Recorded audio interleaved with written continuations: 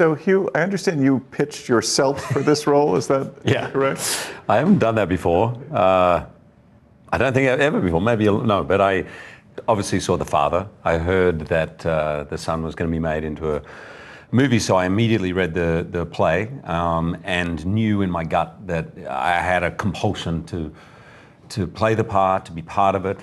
I think it appealed to me, obviously, as an actor, but also as a father and as a son. And so I sent an email to Florian, and I had heard that maybe there were some other actors being talked about. So I said, listen, if you're already dancing with someone, I'm not going to cut in on your dance. But if by any chance you haven't, I would love to play the part, and I would love to talk to you about it. And I heard back from him almost immediately. He says, no, there's no one I'm talking to, so let's meet. And we did. And I remember feeling equal parts fear of getting a part and not getting the part. And thankfully, Florian said yes. On that first phone call, actually, the first Zoom call, he offered me the part.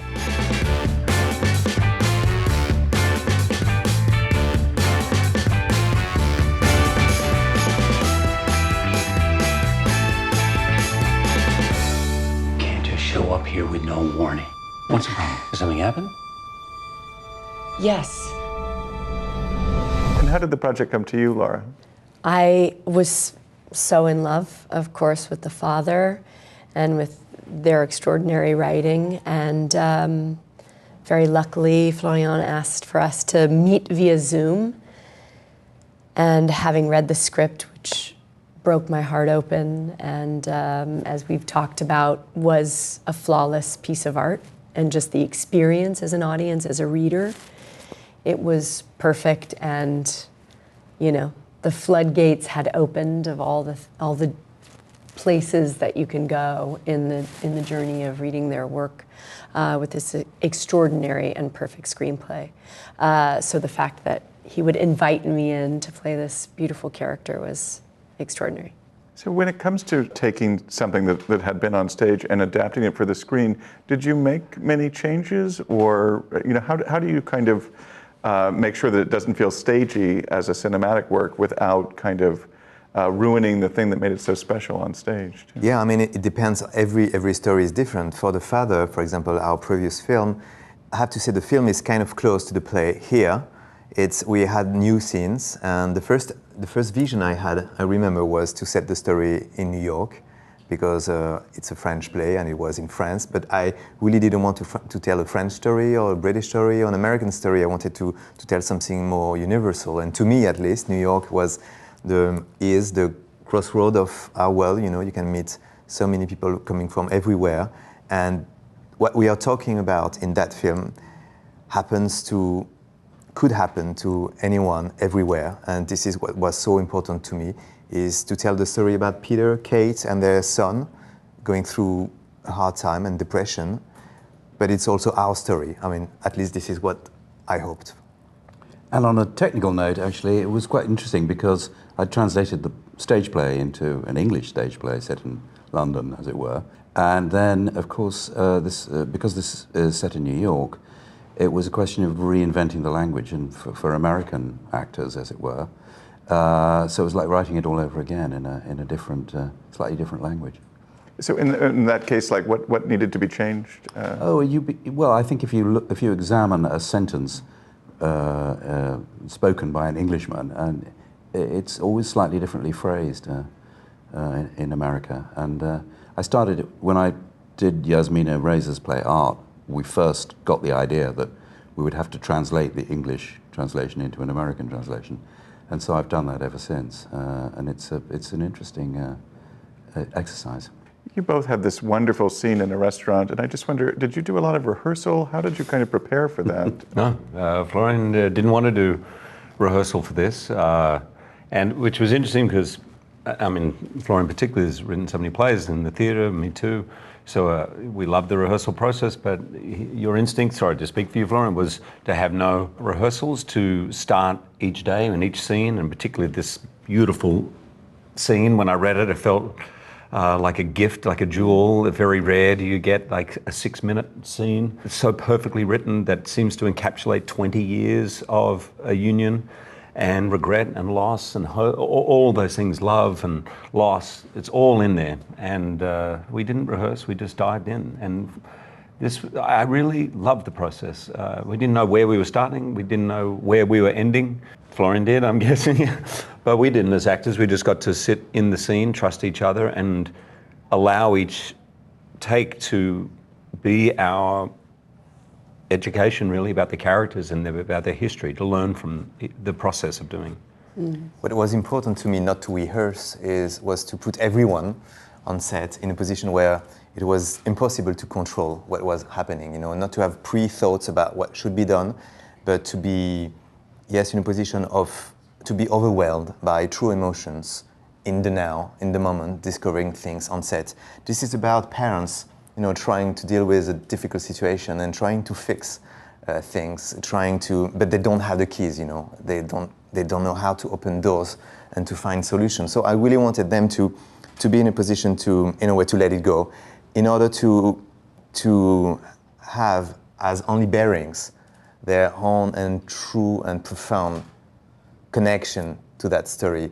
And I think that's what was so emotional for me and important as we were doing it, is to have these two actors so available for that journey, which is a very emotional journey, difficult, I would say.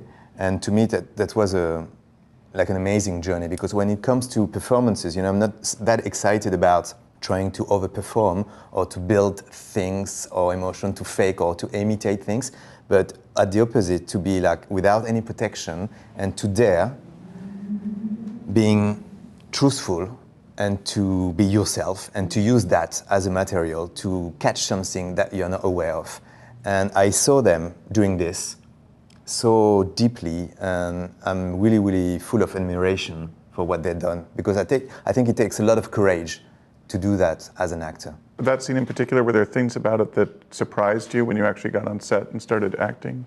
Every take, it felt like something new was explored through his eyes, in how, you know, as Florian described, allowing this vulnerable moment of seeing where the emotion would take us with no plan, no idea, no result, no consideration of it. And very little conversation, only a little about our backstory, what we'd been through, but each in our own personal worlds, our own personal narratives about why this marriage didn't last. And so it was incredible to feel everything we felt and watch how it was impacting the other person, and to then see where it might take us, the shame, the vulnerability, the openness, the love. I've never had an experience like that. It was just so incredible. This film has been getting a lot of Oscar buzz, and you're all veterans of the awards season sort of apparatus. I wonder, what is it like to be receiving that kind of buzz, and you know, what is it like to kind of go through that gauntlet? Is it a question for Laura? All of you. I mean, I'll start by saying how grateful I am to you, to journalism, to film festivals, and to the journey of awards, and particularly with the Academy, that films that are essential to be found are supported in this way. I mean, all of us, you know, my experience having been raised in independent film, it means everything. But to be part of a film where you want everyone you love, everyone you've ever met, and a shared world at a time like we have been through, to explore shame-free the question of mental health without judgment, but with an open conversation, is so beautiful that I have endless gratitude for the journey of this kind of season, as they call it, which I think was the original intent, right? To celebrate films so that people could find them. Florian has talked quite a lot about when the play was done in Paris, that afterwards people would stay behind, not so much to say congratulations, but to tell their story. They felt a need, and so I have also great gratitude that hopefully this, whatever attention, whether it's around awards or whatever it is, actually starts those conversations, and to have the opportunity to be in a film that is talking about an issue that is a crisis right across the world right now, and to be able to start conversations from a place of openness and not knowing and vulnerability is a huge honor. That's how I feel. So that's my hope. Curious thing about The Father, of course, was that because of the pandemic, none of this procedure really took place at all, did it? We were sort of cocooned in our isolation, and the film kind of grew in its own way without being propelled, and that was very interesting to watch.